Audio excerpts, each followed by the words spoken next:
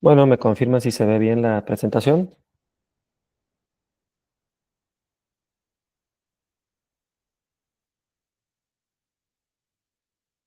Sí, profe. Bien, perfecto. Bueno, repasando un poquito la materia, esta etapa, esta parte, este módulo de la materia, trata principalmente sobre las etapas del proceso estadístico, ¿sí? Nosotros a lo largo de estas distintas etapas hemos visto algunos conceptos y, por supuesto, si bien la definición del objeto de la investigación tiene gran incidencia sobre lo que va a terminar siendo o marca el camino, ¿no? Sobre lo que termina siendo el proceso en general, vamos a ver que este, el tipo de datos con el que trabajamos nos va a marcar de manera muy fuerte cómo continúa el proceso. No es lo mismo un proceso llevado a cabo con una variable por ahí cualitativa que con dos variables, que con múltiples variables, que trabajando con variables cuantitativas.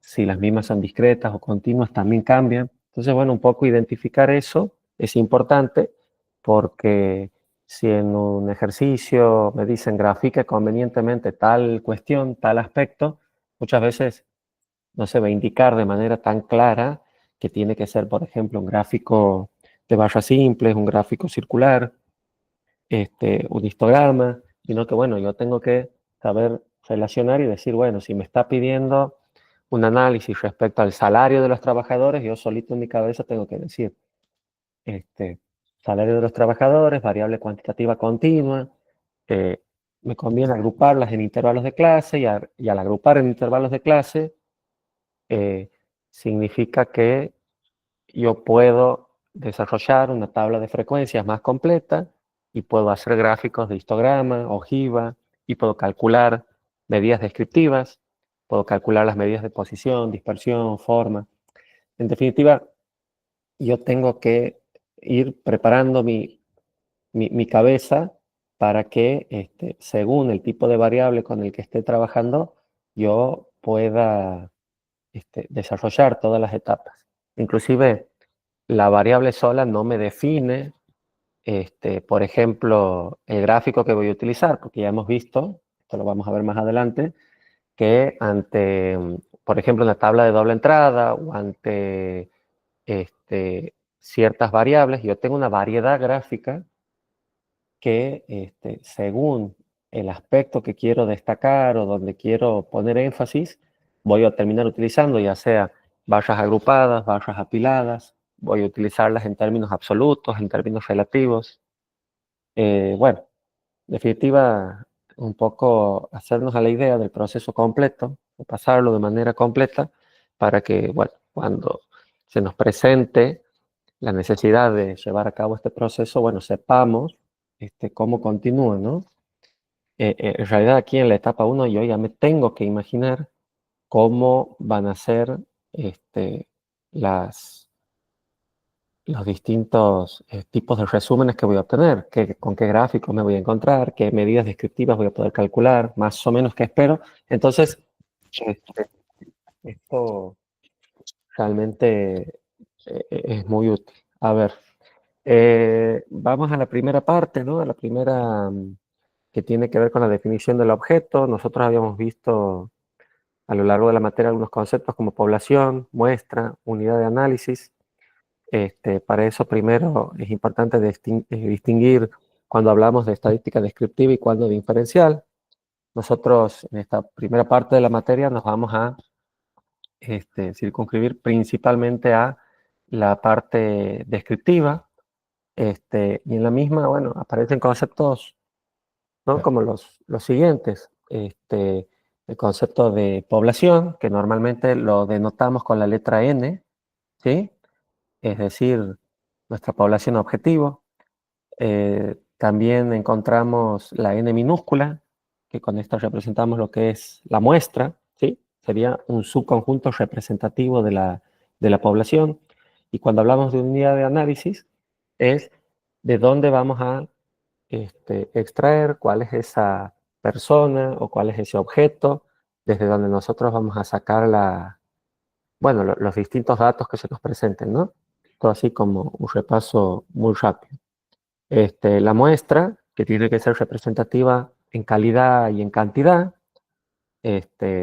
Cuando hablamos de representatividad en calidad, gráficamente podríamos verlo como algo así, ¿no? Si nuestra población son todas estas personas, yo tengo que tener en cuenta todos los segmentos que componen esa población. Entonces, si yo tengo una visión cejada y, por ejemplo, selecciono siempre el mismo género para una muestra, o el mismo estrato, o los mismos niveles educativos, o, bueno, etcétera, seguramente voy a tener un sesgo y no va a representar a toda la población. Por otro lado, en cuanto a la cantidad, nosotros mientras tengamos un mayor tamaño de muestra, supongamos tenemos una población de 10.000 estudiantes y tomamos una muestra bastante grande, supongamos 8.000, ya prácticamente es como la población, ¿no? Pero un tamaño de muestra bien grande significa que vamos a tener una mayor precisión, pero bueno, a la vez vamos a insumir más recursos, ya sea humanos, financieros, tecnológicos, de tiempo, ¿no? Para llegar a obtener o a relevar a toda esa muestra tan grande. Entonces aquí se presenta un poco un, un, un trade-off y una decisión, porque claro, si yo trabajo con la población, voy a tener una precisión del 100%, ¿sí? Voy a reflejar fielmente, digamos, algún aspecto de la población. Entonces, yo tengo que ver un tamaño de la muestra que me represente una precisión aceptable, ¿sí? Considerando que ese tamaño de la muestra, mientras más grande, mayor cantidad de recursos significa. Entonces, fíjense cómo tratamos nosotros de tener un nivel de gastos razonable para que nuestra precisión llegue al punto de valer la pena. Bueno, eso en la segunda parte de la materia vamos a hacer un poco más de foco en esto, pero bueno, es importante tener presente que hay dos aspectos ahí con los que hay que jugar y tener cierto equilibrio. Los tipos de datos, bueno, habíamos visto que hay variables cuantitativas y cualitativas, que a su vez las primeras se diferencian en discretas y continuas y las segundas en las de escala nominal y escala ordinal. Y bueno, la advertencia, ¿no? De que no todas las variables con valores numéricos son cuantitativas. Tenemos el caso de los dorsales de camisetas y los números de quill de las personas, que a veces son variables ordenadoras, a veces son variables simplemente para identificar a los distintos elementos o a las distintas personas. Así que bueno, ahí te cuidado con ello. Una forma tal vez de las más sencillas, si bien esto se puede hablar bastante de este tema, de saber si la variable realmente es cuantitativa o no, es imaginarme si tiene sentido el cálculo de las medidas descriptivas utilizando esa variable. Por ejemplo, la media aritmética. ¿Tiene sentido que calcule el promedio del número de camiseta de los jugadores? Y de promedio me da, los jugadores en promedio utilizan la camiseta 7,2. ¿Tiene algún sentido estadístico? ¿Me permite obtener alguna conclusión esto? ¿O el promedio del quill de las personas? Las personas en promedio tienen el quill tanto. Si esta medida realmente no tiene sentido estadístico, podríamos decir que la variable no es cuantitativa.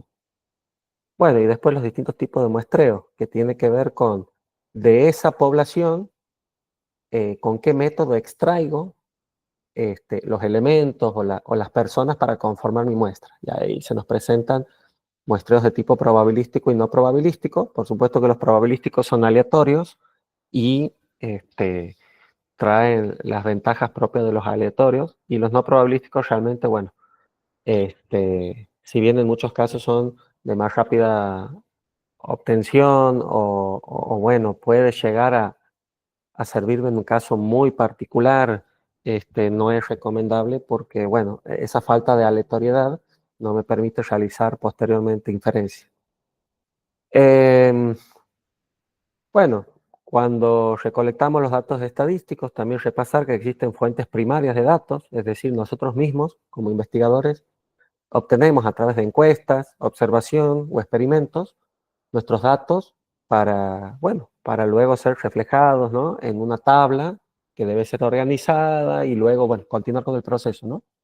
Pero también tenemos las fuentes de datos secundarias y, bueno, en muchos casos no tiene sentido, si hay fuentes realmente confiables, iniciar una búsqueda o iniciar un proceso de obtención de datos con fuentes primarias, porque, por ejemplo, yo puedo entrar en páginas o canales de deportes, por darles un ejemplo, y realmente ya hay un trabajo realizado histórico de un montón de datos de distintos partidos, de cualquier disciplina, de cualquier deporte. Entonces ponerme a ver, no sé, los 1000 partidos que tiene Messi jugando profesionalmente en el fútbol y ponerme a relevar los datos por mí mismo o con un equipo nuevo, bueno, no tiene sentido. ¿Qué tanta más precisión voy a obtener respecto a los datos que ya se encuentran disponibles, ¿no?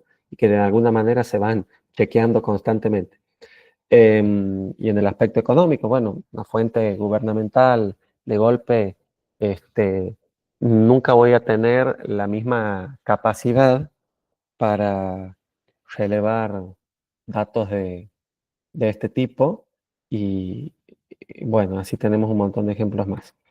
A la hora de organizar los datos, recordemos que a nosotros se nos presentaba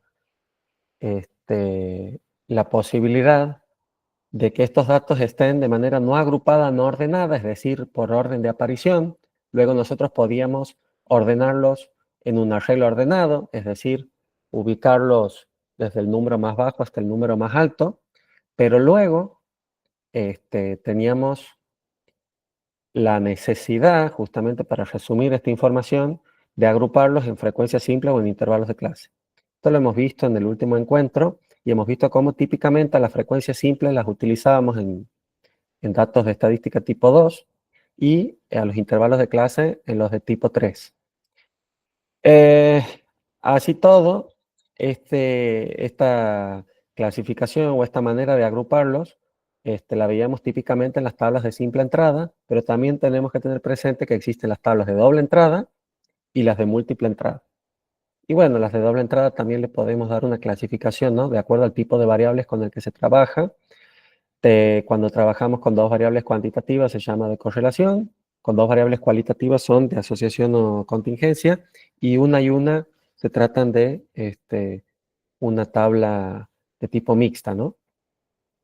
Por supuesto, después aparece el concepto de frecuencia.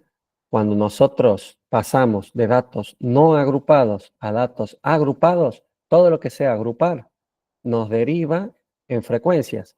Y esa frecuencia, típicamente, las primeras con las que nos encontramos son las frecuencias absolutas, ¿no? Esta columnita de aquí. Después, los otros tipos de frecuencias son derivadas, las puedo calcular a partir de la frecuencia absoluta. Aquí tenemos un pequeño repaso de lo que son las fórmulas y bueno, recordemos que la lectura de cada una de estas frecuencias siempre se relaciona con el valor que se encuentra en la misma fila. Siempre leíamos de derecha a izquierda. ¿Sí? No sé si hay alguna duda hasta aquí, si vamos bien, cualquier cosa me van avisando. Voy haciendo un repaso muy superficial de los temas. Por otro lado, también decíamos estadística tipo 2 cuando agrupábamos en frecuencias simples, este tipo de tablas derivaban en gráficos, que son, por supuesto, el gráfico de bastones para las frecuencias simples y el gráfico de escalones o escalonado para lo que son frecuencias acumuladas.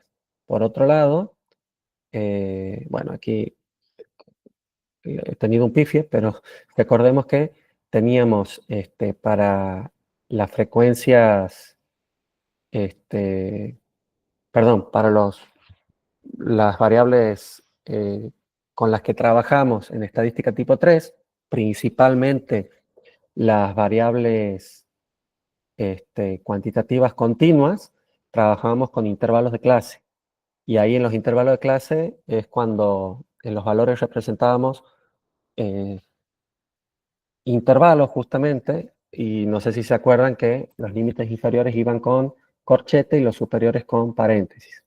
Aquí la verdad he puesto dos de tipo 2.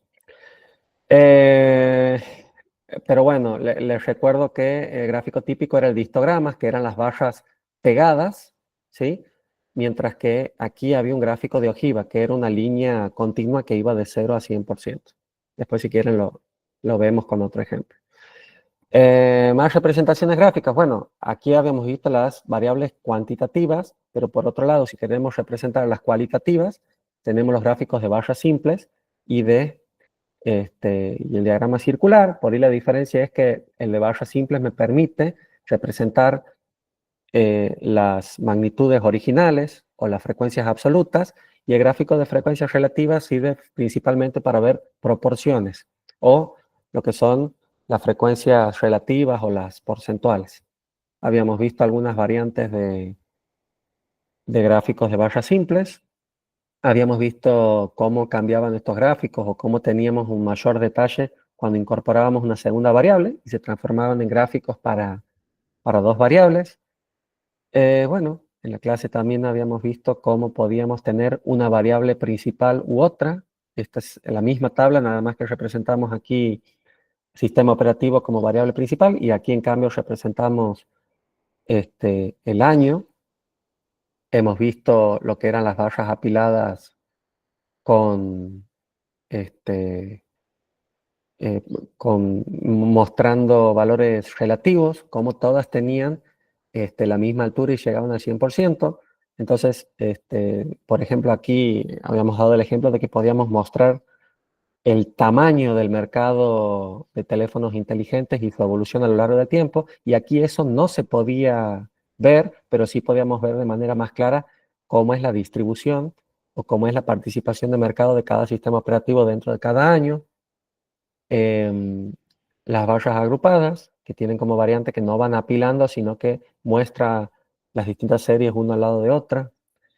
Y estos gráficos que son, ya habíamos visto el de barras apiladas, pero el gráfico de fajas, como gráfico específico, ¿no? Para variables de series de tiempo y en algunos casos también de otro tipo de variables cuantitativas continuas. Por supuesto también el gráfico lineal y el de siluetas. Todo esto ya ha sido visto en encuentros anteriores. También las medidas de resumen estadísticas.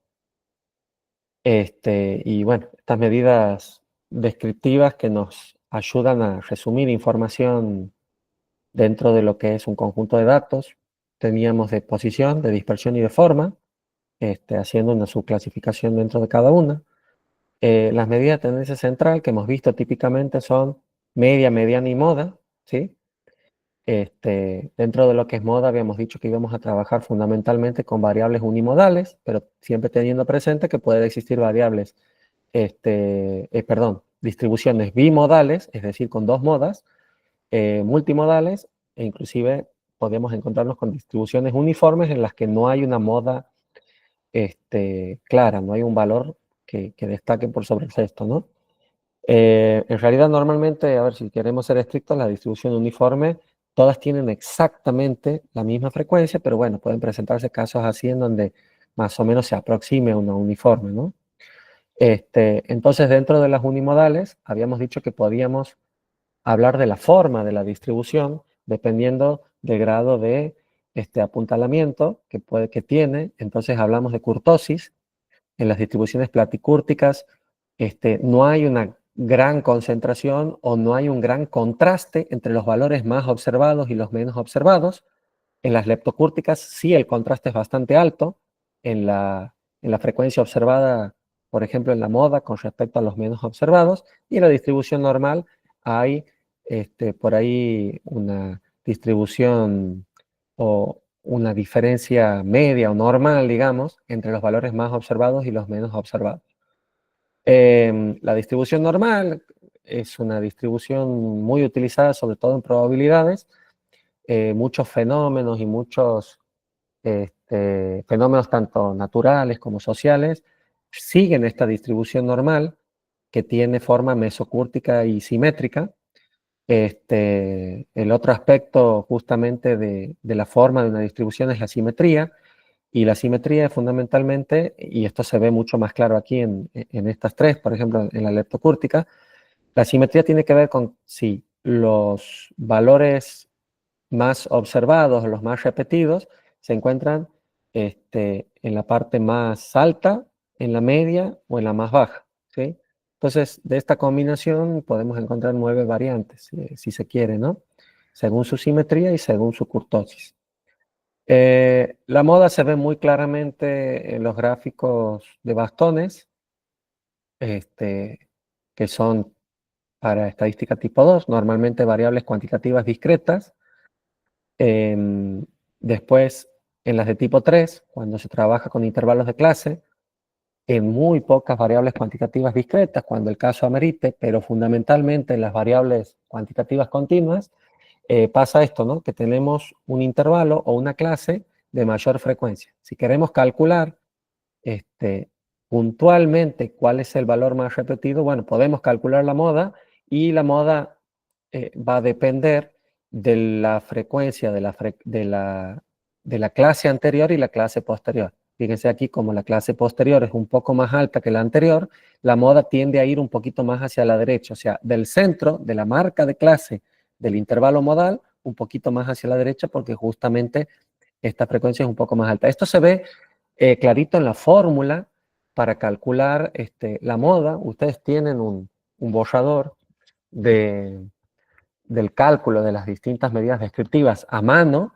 y van a ver que el cálculo de la moda para variables agrupadas en intervalos de clase, ahí muestra clarito cómo hace una diferencia entre frecuencias de la clase modal con la clase posterior y la clase anterior. Eso al que le interese un poco más la parte matemática lo puede ver. La media aritmética, bueno, eh, hemos visto que de alguna manera equilibra lo que obtendría un conjunto de datos o la suma de un conjunto de datos con respecto a la media multiplicada por el total de observaciones. Digamos que si estas son inasistencias de 5 empleados diferentes, la suma de todas las inasistencias da 30, pero si yo supongo un escenario en el que todos tienen la misma cantidad de inasistencias, por ejemplo 6, y multiplico por 5, ese llegar al mismo total es una cualidad justamente de la media aritmética, ¿sí? El único valor que me permite justamente este tipo de equilibrio es la media aritmética. Luego la mediana, bueno, lo que hace es equilibrar el 50% de los datos que son menores a ese valor y el 50% de los datos mayores a ese valor. Aquí tenemos un ejemplo de mediana. En realidad esto es para tipo 1, tipo 2 también puede ser, pero bueno, fíjense que la mediana aquí es el valor 7, y lo que significa que hay un 50% de los datos que son inferiores a ese 7 y un 50% de los datos superiores al 7. En la ojiva, la mediana se puede marcar muy clarita gráficamente. Fíjense que aquí la mediana este, tiene como imagen el punto que da con el 50% acumulado. Entonces aquí podemos decir, si este valor es 146, que bueno, hubieron un 50% de meses en donde se gastó hasta 146.000 pesos uruguayos, pero en el 50% restante se gastó más que esa cantidad. Hay otras medidas de localización similares a la mediana, nada más que utilizan otros porcentajes. Ahí hablamos de los cuartiles, los deciles y los centiles, que de alguna manera todos se relacionan con algún porcentaje. La mediana, que justamente en su definición divide al medio la distribución. Después los cuartiles, que lo dividen en 4 partes iguales. Entonces, por ejemplo, en el cuartil 1 llegamos a diferenciar, ¿no?, el 25% más bajo de la distribución. En el cuartil 3 llegamos al punto en donde distinguimos al 75% más bajo contra el 25% más alto. Luego los deciles, que me dividen mi distribución en 10 partes. Por ejemplo, si trabajamos con el decil 4, llegamos al 40%. Centil, que ya me lo divide en 100 partes, como por ejemplo el centil 28, en donde me deja por debajo al 28% más bajo y por encima al 72%, es decir, el complemento más alto.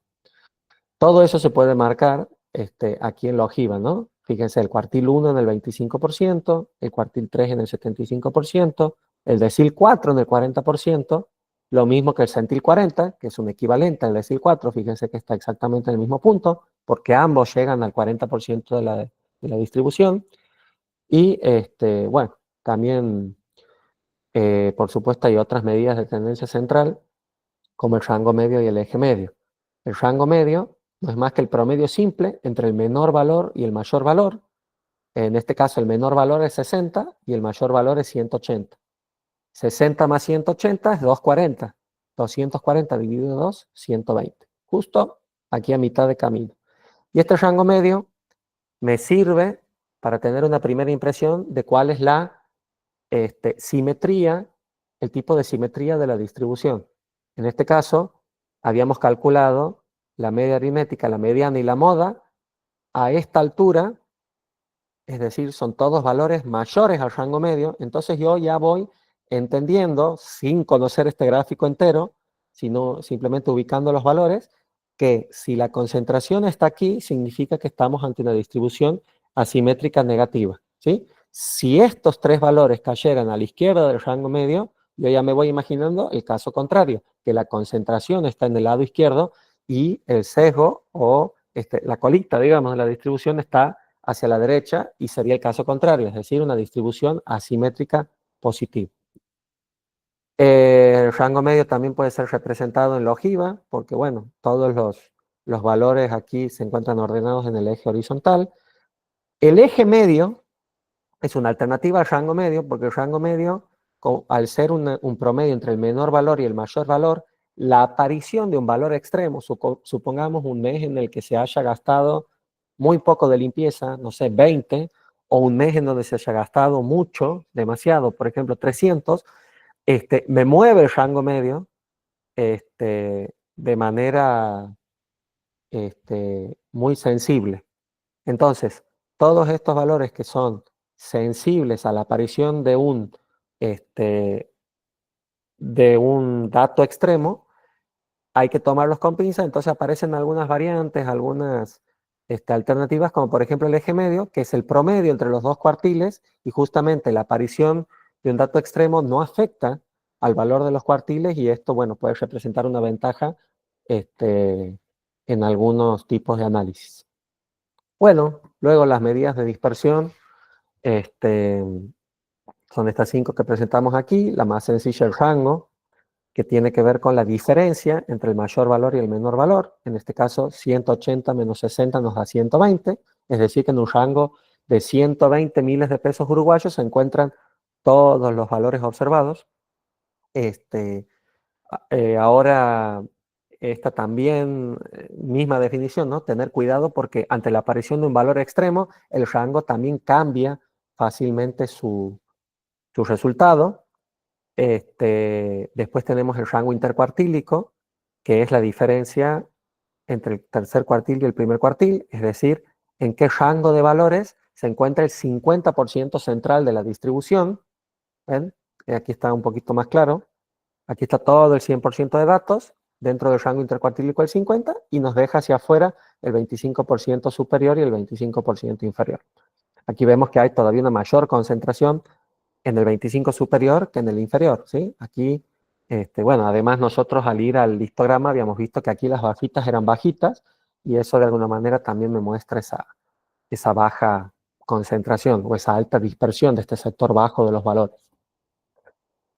Por supuesto, también podemos dividir el 50% central en un 25% central inferior y un central superior si incorporamos la mediana, que es donde se marca el 50%, ¿no? de la distribución.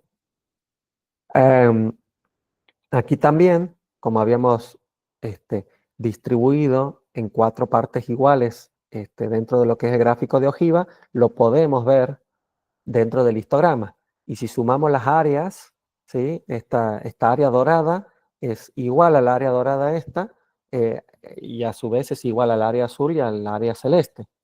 Entonces hay una correspondencia, ¿no? entre el gráfico de ojiva y el histograma. La desviación estándar, esta, bueno, se calcula, primero se calcula la varianza, después de esta se calcula la desviación estándar y bueno, posteriormente también podemos calcular el coeficiente de variación, que es esto que tenemos aquí, pero básicamente como para entenderlo, esto igual termina de comprenderse mucho más cuando se trabaja este, con la distribución normal en la parte de probabilidades, pero es importante que conozcan que dentro de una distribución normal, la desviación estándar lo que nos indica es que si hacemos un rango entre la media aritmética menos una desviación estándar y la media aritmética más una desviación estándar, vamos a encontrar el 68% de los datos.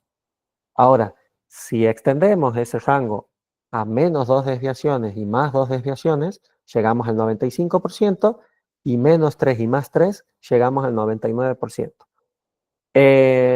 Pero esto, si bien se cumple empíricamente en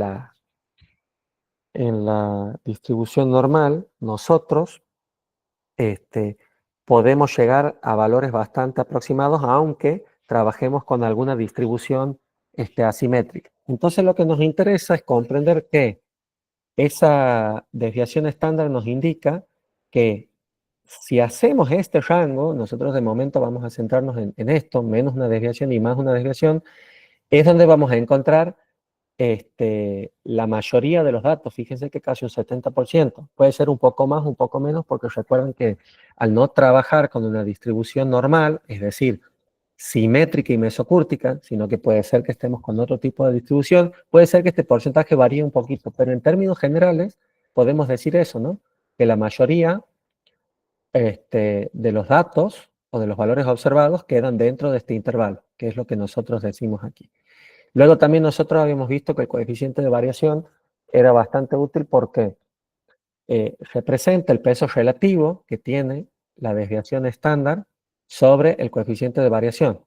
Esto nos permite hacer comparaciones, también lo hemos visto en la clase anterior, entre dos conjuntos de datos que manejan, por ejemplo, distintas magnitudes. Puedo comparar qué tanto se distribuyen las ventas de una panadería con promedio de venta de, no sé, 100 kilos diarios contra una de 1000 kilos diarios. Por más que tengan distintas magnitudes y hablemos de emprendimientos de distinto tamaño, el coeficiente de variación me permite comparar de forma directa la variabilidad entre esos dos.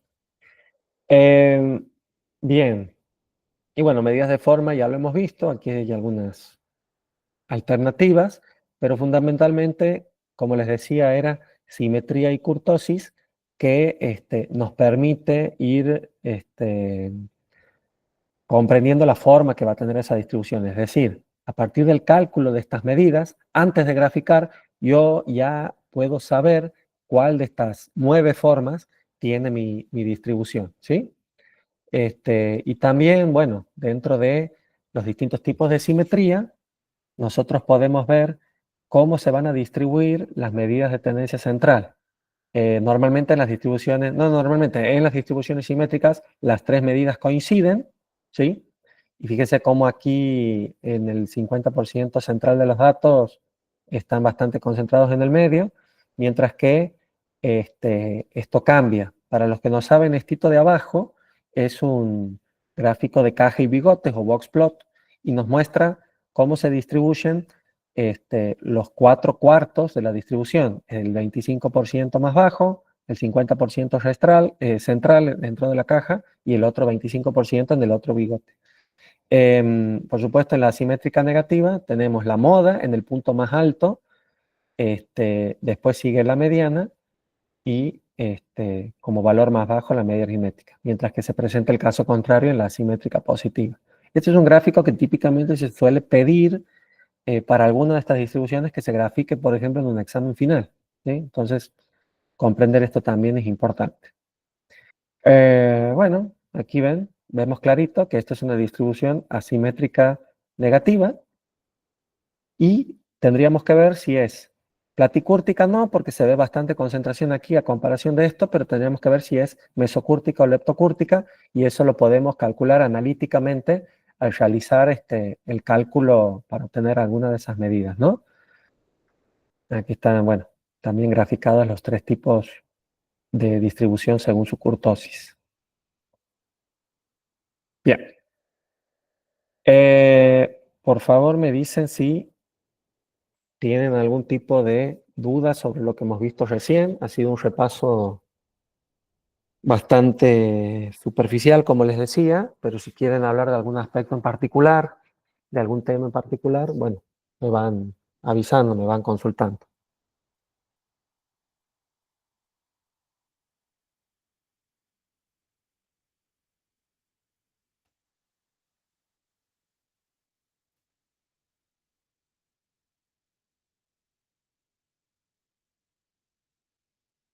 ¿No hay dudas entonces? Bueno, queda en repaso. Sí, profe.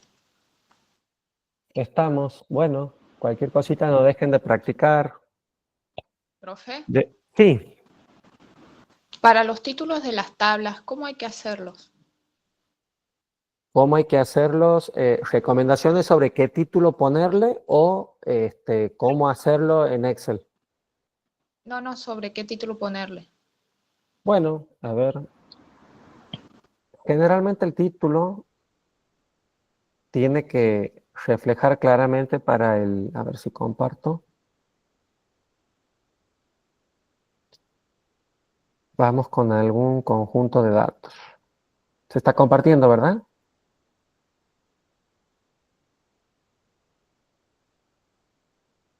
No. Ah, ¿no está compartiendo la pantalla? Uy, a ver ahí. Sí, ahora sí. Ahora sí. Em, a ver si tengo aquí ejemplos. Me parece que no me ha quedado ninguna tabla. Bueno, voy a abrir otra presentación, ¿sí? Ténganme paciencia. Ujujú.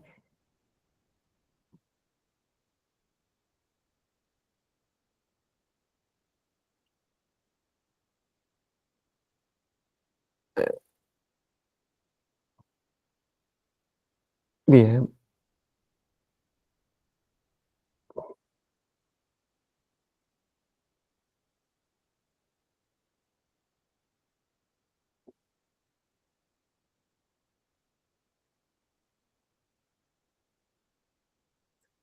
ahí va, comparto.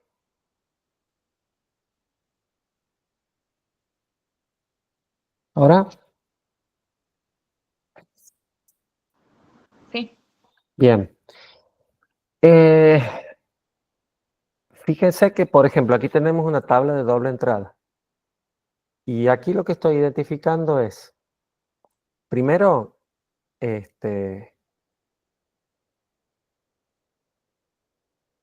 esta tabla trata sobre las ventas de teléfonos inteligentes en millones de unidades, trabajando con dos variables, sistema operativo y año. ¿Qué dudas me quedan a mí? Porque, a ver, aquí también hay que hacer autocrítica. Si bien esto es a los fines didácticos, es una tabla real, ¿no? Pero imagínense esto presentado en una revista. Yo veo esto, ventas de smartphones en millones de unidades, y no hace falta que en el título coloque, por ejemplo, que vamos a hablar del año, porque aquí están claritos los años a lo largo de los cuales yo he realizado este análisis. Está clarito que estoy distinguiéndolos por sistema operativo. Eso yo lo tengo en la tabla. Tengo que estos valores son representados en millones de unidades. Esto podría haberlo puesto como una nota al pie. Por ejemplo, abajo de fuente o encima de fuente, valores expresados en millones de unidades. Pero eso también ya lo he clarificado. Está claro que se trata de ventas de smartphones. Ojo, ¿no? Porque podría haber sido millones de dólares, por ejemplo. Pero también habla de que son unidades físicas. Fíjese que yo voy resolviendo una serie de interrogantes para el lector de esta tabla que como digo, no me tienen que quedar dudas. A veces si yo hago un título demasiado extenso y repito algunos aspectos que se ven ya aquí, por ahí eso no tiene tanto sentido. Inclusive, lo único que yo podría decir aquí que está faltando es a qué región pertenecen estas ventas. Entonces estoy hablando que es en Estados Unidos, en Asia, en todo el mundo. Eso no lo tengo respondido. Pero en realidad aquí hay que apelar mucho al sentido común, ¿no? El cómo, el cuándo, el dónde, el cuánto, todo eso tiene que verse reflejado en la tabla. Inclusive, yo les decía, millones de unidades se ve clarito, pero por un lado tengo la magnitud, que es millones, es decir, yo esto tengo que multiplicarlo por 1.000.000, y por otro lado tengo que se trata de unidades físicas, es decir, no en dinero. No sé si eso Para- responde. de los gráficos, Bueno, los gráficos también esto es algo similar. A ver si encuentro. Espera un segundito. Aquí gráficos. ¿Se ve, no? ¿Todo se está viendo? sí, Y gráficos. Aquí una serie de recomendaciones. Vamos a ver. Eso también tenemos un. Bueno, aquí hay recomendaciones generales sobre título, fuente. eh, a ver, porque no hay que pensar solamente en el título, sino que también hay que pensar en otros elementos gráficos. Les recuerdo que hay un video sobre esto. Yo cuando subí la clase grabada, les he dejado también 3 videos, si no me equivoco, sobre tablas y 2 sobre gráficos. Los 2 videos sobre gráficos hablan sobre consideraciones iniciales y que decía que los gráficos debían ser apaisados, es decir, más desarrollados de manera horizontal que vertical.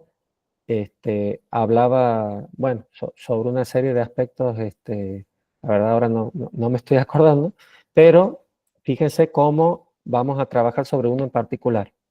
Por decir, tiene que estar correctamente, o sea, tiene que estar clarito el título, contemplando otros elementos que por ahí no se ven en el gráfico. Por ejemplo, millones de unidades. Aquí ya está clarita la magnitud. Son millones de unidades en el eje vertical, entonces no hace falta que ponga eso aquí ni abajo, ya lo tengo aquí.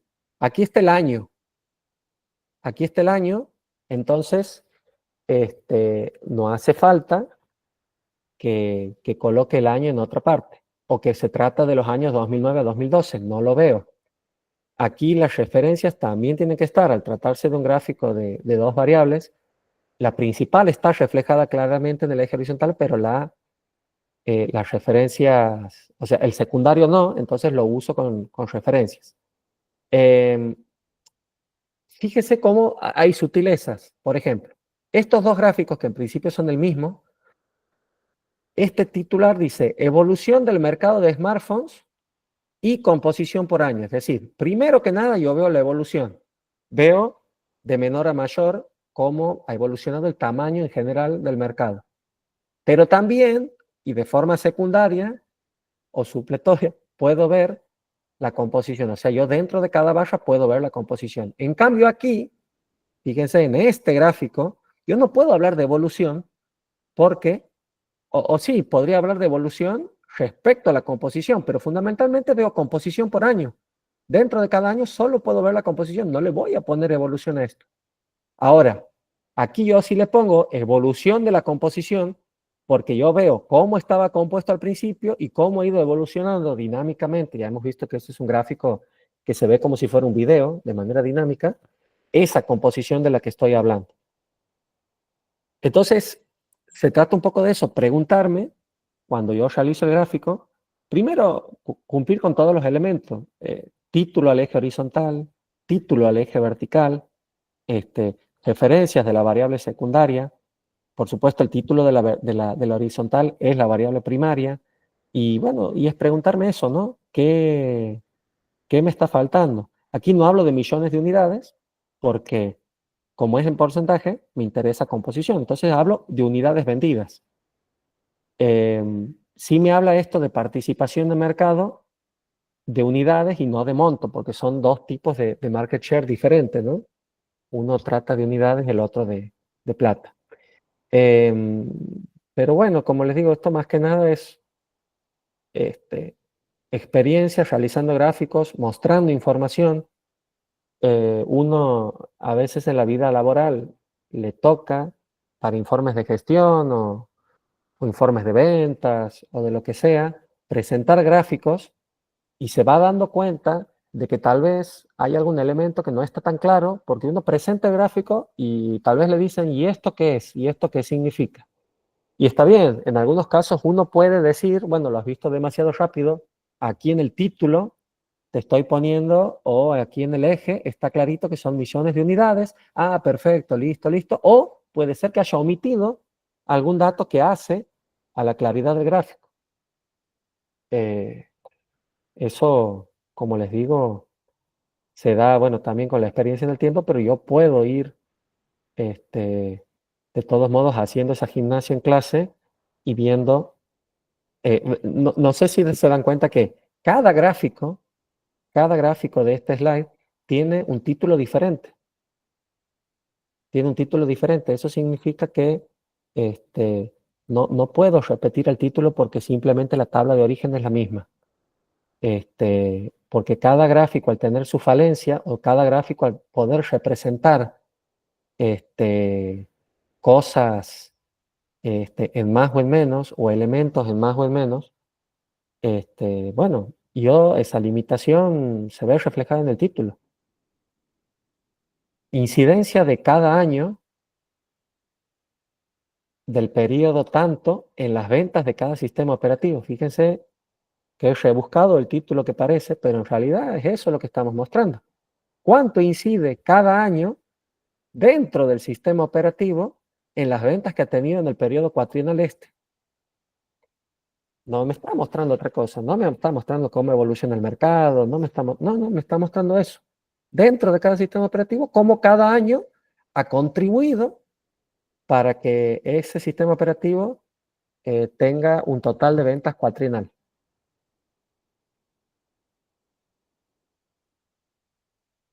Mm. No sé si está claro, por ahí es un tema que no se puede, dar una reglita práctica concreta porque cada gráfico es único, cada gráfico tiene ventajas, limitaciones, muestra algo diferente. De golpe, en vez de comparar o de mostrar sistema operativo y año, muestro sistema operativo y región para un año determinado. Entonces ahí ya cambia todo completamente. Tengo que cambiar los títulos, tengo que cambiar el enfoque. Al no tener años, ya no puedo utilizar, por ejemplo, los gráficos de fajas, porque yo voy a tener el sistema operativo y por otro lado, los distintos continentes. Entonces, este gráfico ya no puedo mostrar evolución, porque no tengo una variable que es serie de tiempo, por ejemplo. Entonces, bueno, es un todo, ¿no? No es solamente este, una cuestión de elementos gráficos, sino también de qué gráfico se me permite hacer. Y es un poco lo que hablábamos, ¿no? Al principio. Dependiendo del tipo de variable y del objeto de estudio, tengo ciertos, ciertas posibilidades. Y hay otras que no, que las tengo que abandonar. Hay cierto caminito posible.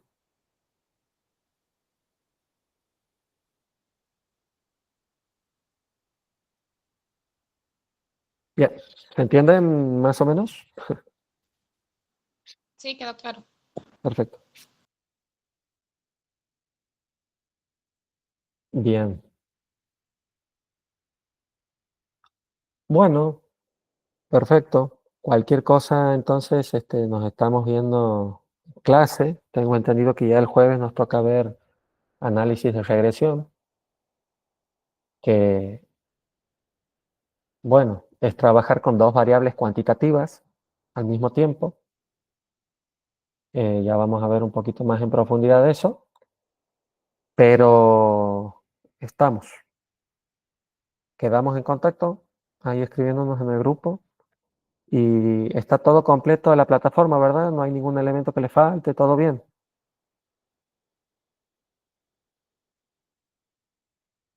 Bueno, listo entonces. Que disfruten del fin de semana. Gracias.